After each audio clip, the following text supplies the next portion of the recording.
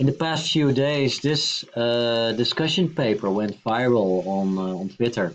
And in this video, I'll give a conclusion. And I think my conclusion is, yeah, flipped classrooms may be entering into the trough of disillusionment if we look at the hype cycle. You may know the hype cycle by Gardner. And yeah, what we get with things that are hyped, you get a technology trigger. There's a peak of inflated expectations. Then we get into a trough of disillusionment, and then afterwards things become more realistic, and we say, okay, this is the true value of this innovation. And I checked on Google Trends on the search how many searches have been done on flipped classroom, and you see a slight curve here on 2018.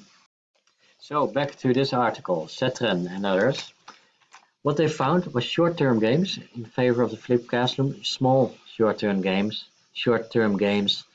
and instead of a closing achievement gap, they saw a broadening achievement gap in favor of white, male, higher achieving students. Oops. What I like about the study is it's a fully randomized study. There are 29 lectures and a lot of students in the study, but it's only one study. There's new meta-studies out from some of our colleagues at the University of Utrecht. They had slightly different results. Look it up in the references below this video. Okay, so it's a lot of students, a lot of lecturers. What I found interesting that lecturers who were in favor of flipped classrooms got much better results out of the flipped classrooms.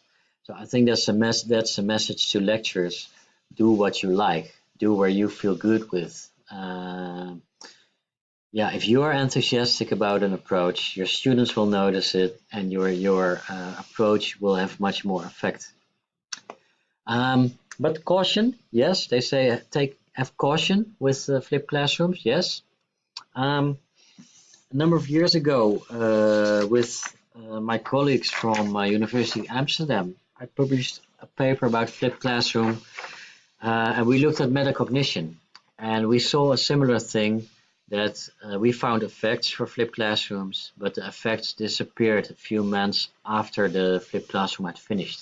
So don't do it alone. If you want to do it in a curriculum, integrate it fully so that students get used to the way of working, lecturers get used to the way of working, and expectations of students and staff may change.